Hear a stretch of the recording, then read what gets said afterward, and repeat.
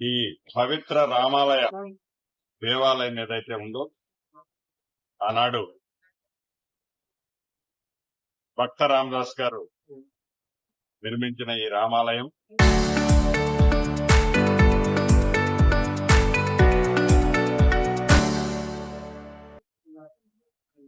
గతంలో ఈ రామాలయానికి జరగవలసినంత అభివృద్ధి జరగలేదు. ఈనాడు ప్రజా ప్రభుత్వం వచ్చిన తర్వాత గౌరవ ముఖ్యమంత్రి రేవంత్ రెడ్డి గారి నాయకత్వంలోని ఈ ప్రభుత్వం దేశంలోనే కాదు ప్రపంచంలో ఈ దేవాలయానికి ఒక ప్రత్యేకత ఉంది. ఈ దేవాలయాన్ని మరింత అభివృద్ధి చేయాలి అనే సంకల్పంతో మొదటి విడత 351 కోట్ల రూపాయలు రాష్ట్ర ప్రభుత్వం శాంక్షన్ చేసి మొన్న శ్రీరామనవమి నాడు గౌరవ ముఖ్యమంత్రి గారు సహచర మంత్రుల అందరి సమక్షంలో దీన్ని శ్రీకారం చుట్టే కార్యక్రమానికి శంకుస్థాపన కూడా చేసుకోవడం జరిగింది. దాంట్లో భాగంగా పలు పర్యాయాలు ఏదైతే ఆనాడు భక్త రామదాస్ గారు నిర్మించిన ప్రధాన ఆలయాన్ని డిస్టర్బ్ చేయకుండా విశాలంగా ఉండే విధంగా 6 నెలల క్రితం సుమారు 1 ఎకరా 28 గుంటలు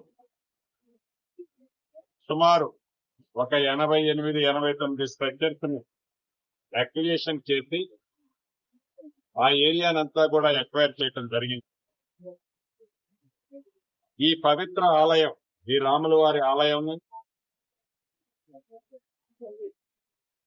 శాస్త్రోయుక్తంగా పండితుల సూచనలు సలహాల మేరకు శిల్పుల యొక్క వారికి ఉన్న నైపుణ్యాన్ని ప్రదర్శించి అద్భుతంగా నిర్మించే దాంట్లో భాగంగా ఈరోజు ఎలా చేస్తే బాగుంటుందన్నది ప్రత్యక్షంగా ఇన్ డెప్త్ గా శాస్త్రోయుక్తంగా సలహాలు ఇచ్చేవారు. ఇంజనీరింగ్ డిపార్ట్మెంట్, ఇక్కడ ఉండే ప్రధాన అర్చకులు, మిగతా వారు, అధికారులు అందరితో కొన్ని గంటల నుంచి ఇంచి పరిశీలించి దీన్ని ఏ విధంగా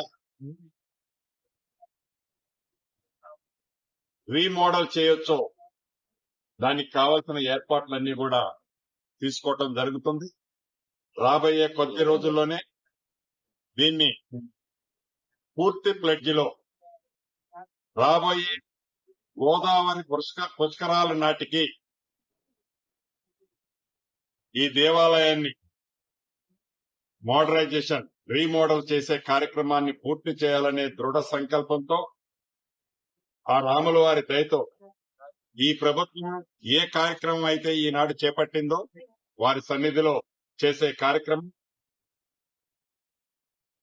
సఫలీకృతం అయ్యే విధంగా ఆ రాముల వారి దీవెనలతో గౌరవ ముఖ్యమంత్రి రేవంత్ రెడ్డి గారి నాయకత్వంలోని ఈ ప్రభుత్వం దాన్ని పూర్తి చేసే దిశలో వడివడిగా యుద్ధ ప్రాతిపదిక మీద ఈ పనుల్లోకి స్టార్ట్ చేయబోతున్నాం.